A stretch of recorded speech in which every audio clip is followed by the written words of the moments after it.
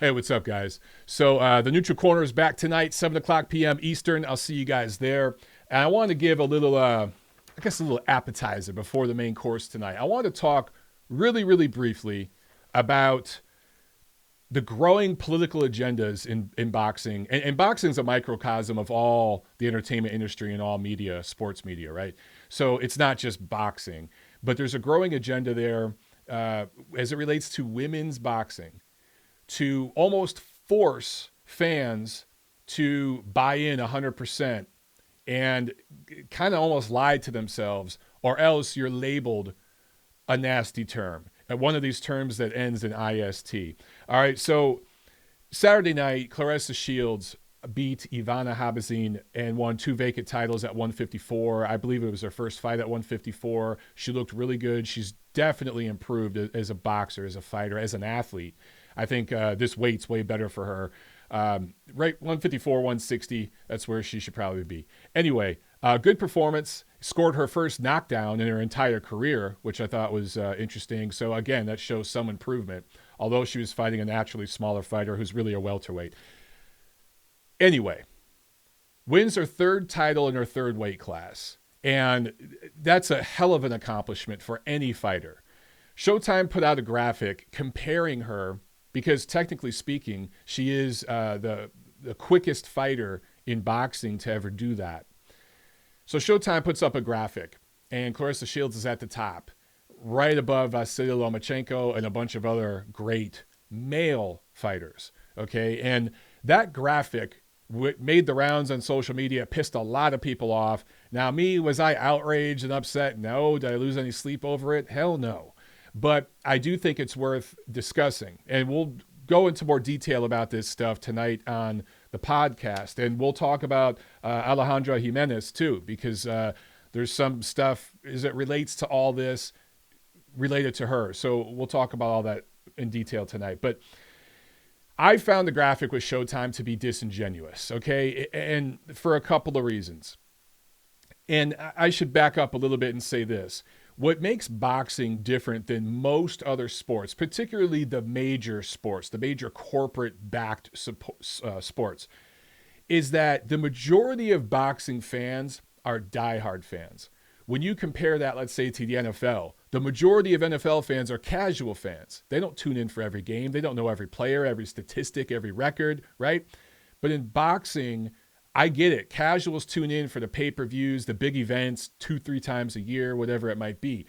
But week to week, month to month, it's the diehard fans that carry the sport. If you got rid of the diehard fans in the NFL tomorrow, yes, that'd hurt ratings. It would hurt some of the salaries at the top, but the sport would be just fine with the casual fan base it has. It would be able to continue flourishing. If you got rid of the diehard fans in boxing overnight, this sport would be gone. It cannot survive because it's the diehards that carry this sport, okay? The diehard fans, while they're crazy and opinionated and all that, I get it, they're also educated.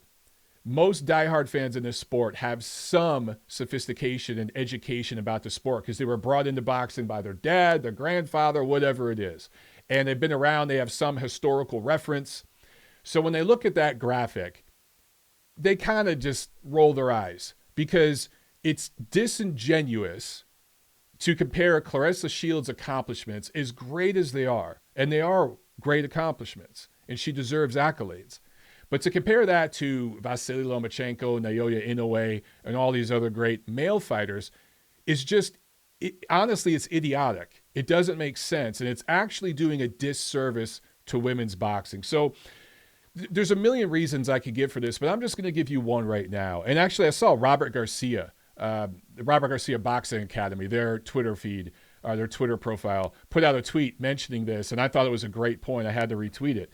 But so Claressa Shields has won titles in 3 different weight classes, okay? At 154, where she just won Saturday night, there are 52 licensed female professional boxers on earth. 52. By comparison, there are over 1,700 male fighters in that division right now, licensed professional fighters on earth. 52 to 1,700. At 160 pounds, there are 34 women on earth ranked professional fighters at 160. There are over 1,400 men.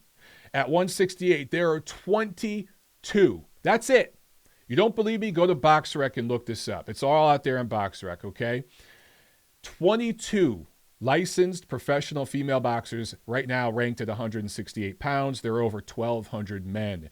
So you don't have to be a math whiz to kind of do some quick math in your head. That's right around 2% or so, okay? So for every single ranked male boxer in the world, or every single ranked female boxer in the world, there are about 50 or so ranked men. So not to mention over a century's worth of rich tradition and history there.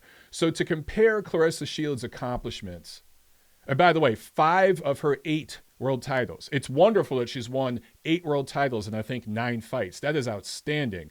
But 5 of them were vacant. And not because she was being ducked, not because somebody was stripped or anything like that, but because the opposition, the competition, isn't there. That's the point. Comparing that to, let's say, what Vasily Lomachenko did, right?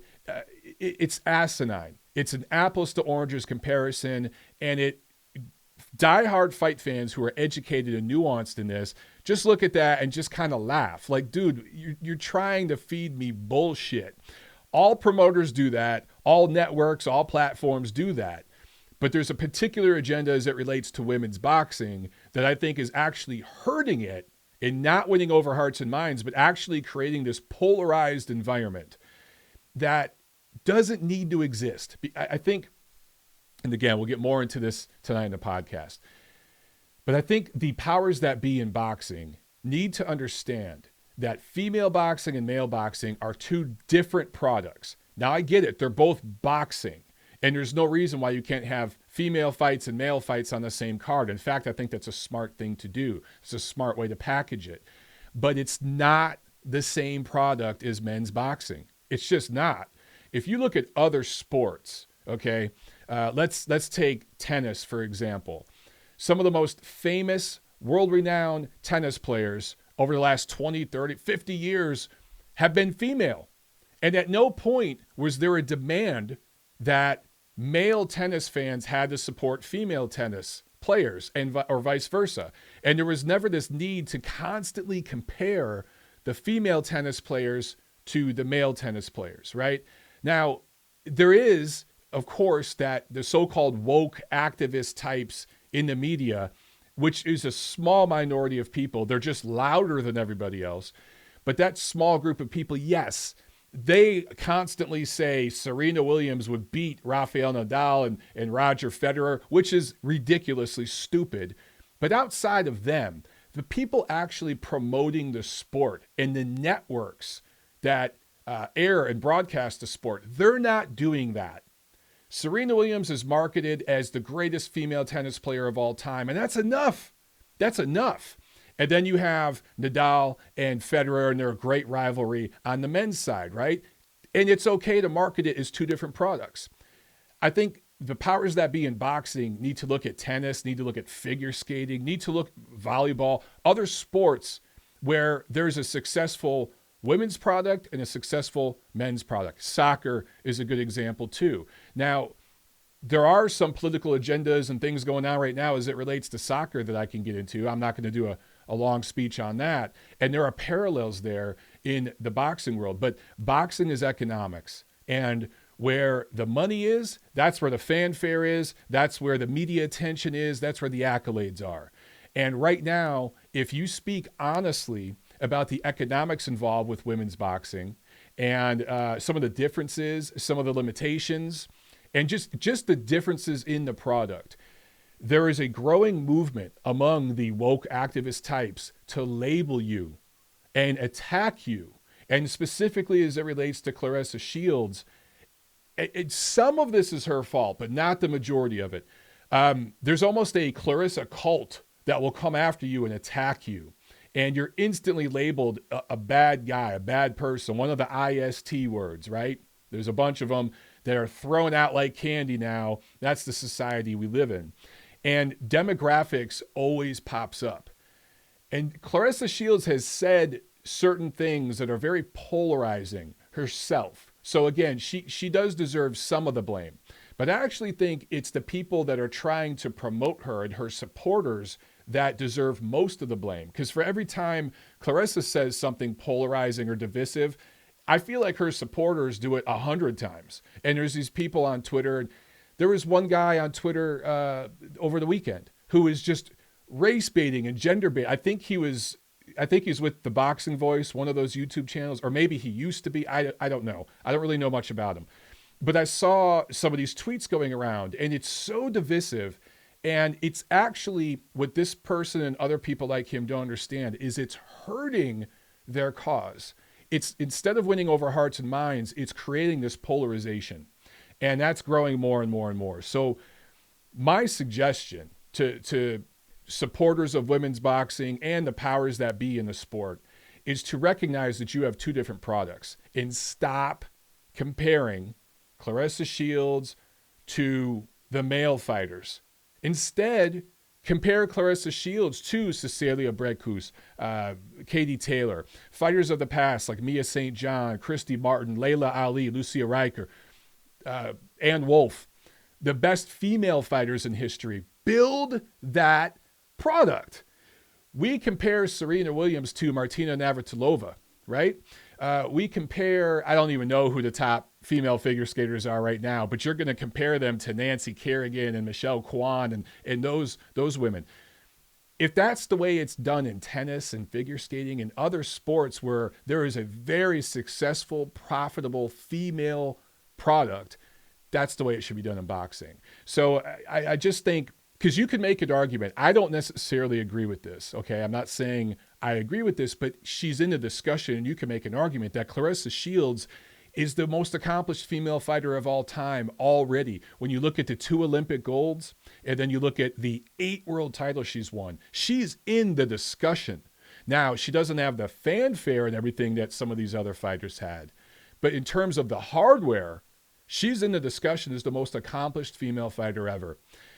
Compare her to her peers. Stop trying to lie to diehard, educated fight fans and saying that she's as accomplished as her male counterparts, because she's not. It's an asinine comparison.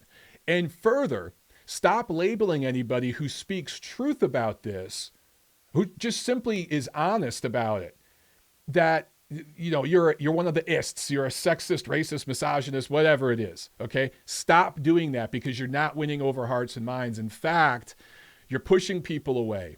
The bottom line is, in any political category, political topic, there will be extremes on both sides of the fence. Those extremes are a minority. They represent the minority of opinion, but they're the loudest people because they're extremists. So as it relates to women's boxing, the detractors, the absolute haters of it are loud as hell and angry and tweet nasty, divisive shit. But so are the supporters. Not all, but some of the most ardent, activist, woke type supporters, they're really nasty and mean too. Those two extremes, unfortunately, carry most of the messaging on social media. But there's a silent majority. That's like 90% of people. And the way they express their voice is simply by tuning out. They're not watching the fights. They're not tweeting or talking about it.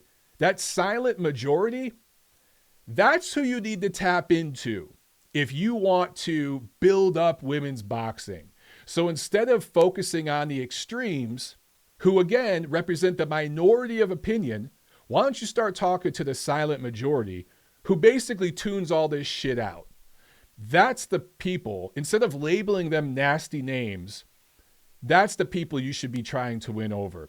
And the way you do that is by speaking honestly about your product and marketing and packaging it in a way that's endearing and inviting to fight fans who may not necessarily be all on board quite yet. You can get them, but you need to change your messaging and your marketing and branding. All right, guys, that's it for right now. Tune into TNC tonight. We will delve way more into this, especially Alejandra Jimenez, who the video of her voice kind of made some headlines on Twitter this weekend, right? So, including on my Twitter profile. So we'll talk more about that tonight. And of course, cover all the fights from last weekend, including the male fighters. All right, I'll see you then.